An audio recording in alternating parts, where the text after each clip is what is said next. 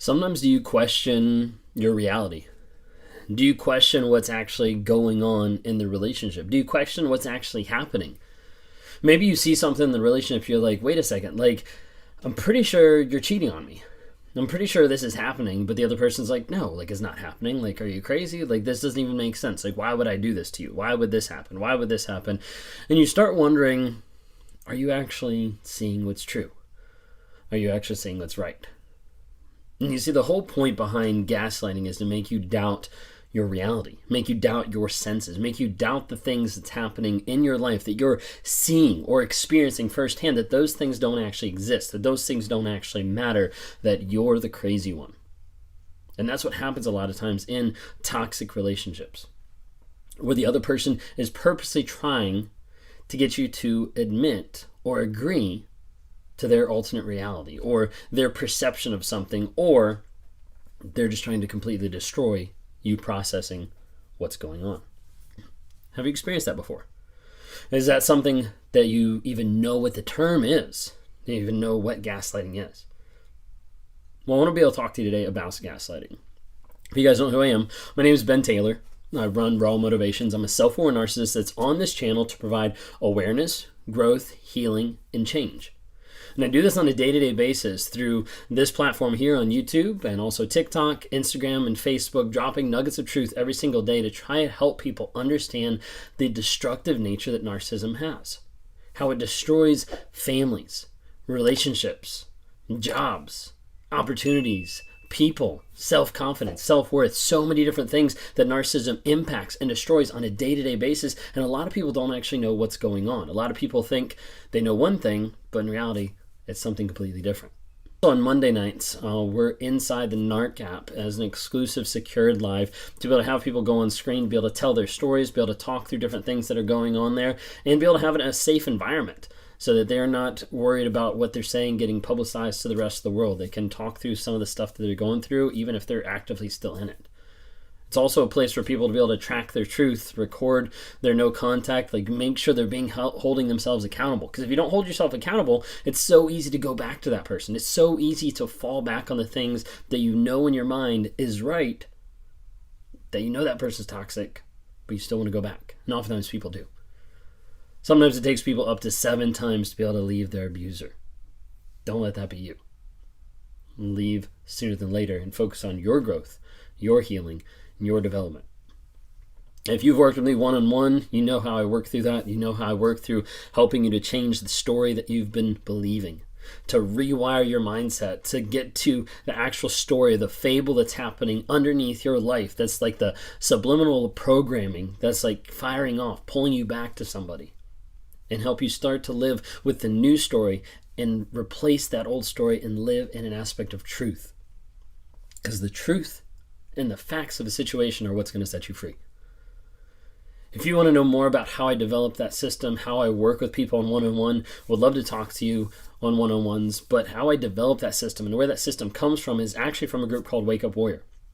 It's a group that at the time of this recording, about 2.5 years ago, I went through the 30-day Wake Up Warrior Challenge, and it was absolutely transformational of my life. So much so that I'm now bringing it to you guys and offering it as an opportunity for you to work with me over a 30-day period to level up who you are, to take back your power, to grow and change yourself exponentially more than what any other program will ever change you. It's absolutely been huge and transformational in my life, and still working with Warrior almost 3 years now in how I work every single day to process who I am, to process truth, to process my relationships, my emotions, all these different types of things. It will help level you out in every single aspect, not just in the area of business and productivity, but in who you are as a person, how you are health-wise, how you are with relationships.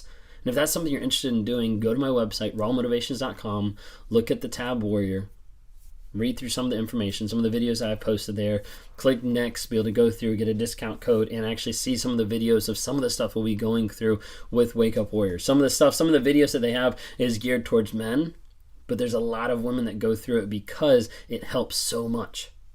And it's also the only way to get into the shelter for the Warrior group, to be able to accelerate who you are with your Soul Purpose Intensive, with building impossible games so that you can track your growth and your progress every single quarter.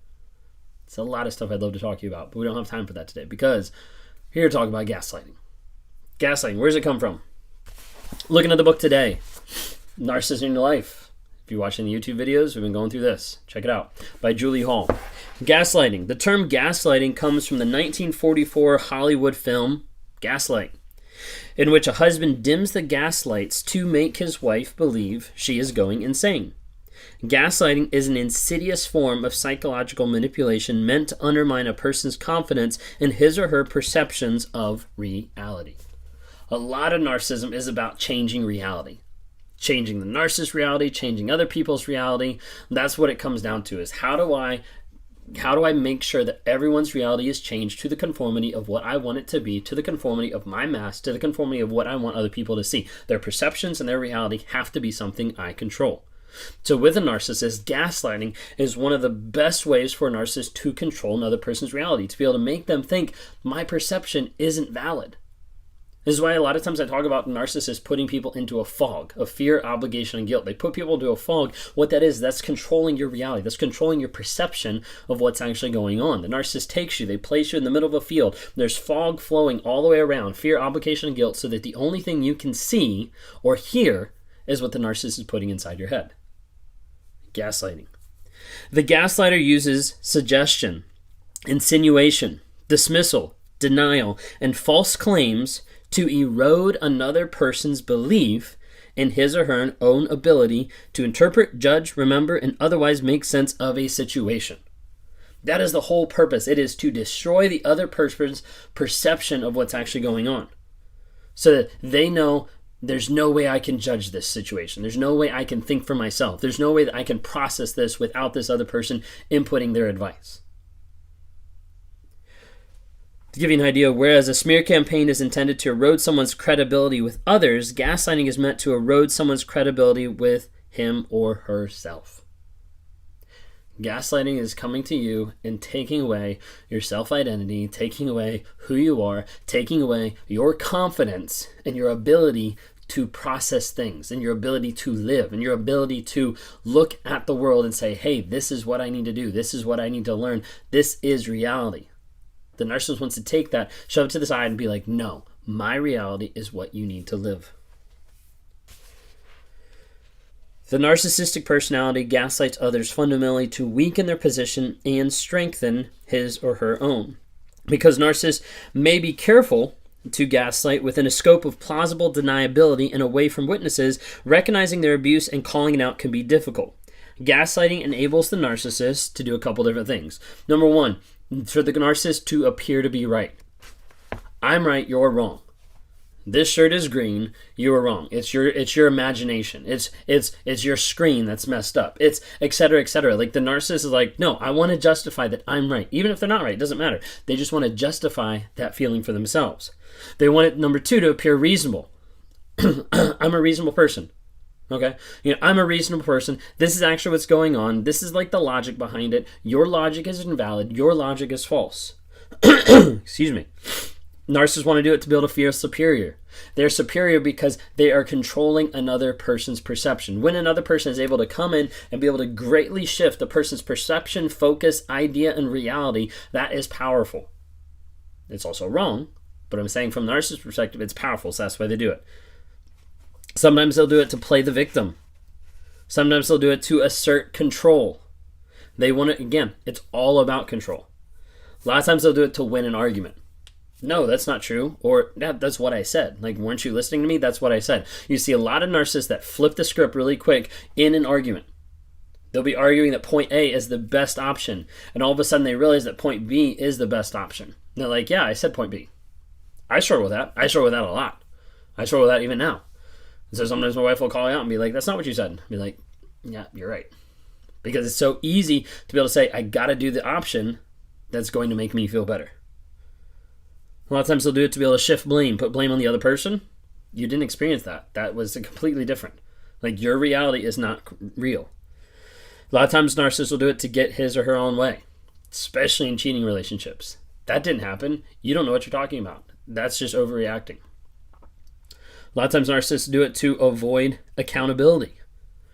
they can avoid it, if they can distract you from what's actually happening, they can avoid the accountability, the responsibility of the situation, and you spend too much time trying to prove it or deny what they're putting on you than you do getting to the truth. And a lot of times, they also gaslight to be able to get away from abuse. To be able to get away with abuse is what I mean. To be able to get away with it. Because they'll prove and they'll try to deny anything that you have that's like, oh, I'm getting abused. No, this isn't abuse. Like, I love you. And then they abuse you. That's the cognitive dissonance going on right there. Stay tuned. This afternoon, we're going to be releasing another video that's going to be talking about gaslighting, but it's going to be going in depth of phrases that you might have heard before or that you might not have heard, and you might not have realized that they're actually gaslighting phrases or phrases that are often used in narcissistic relationships to gaslight. So check out the video this evening.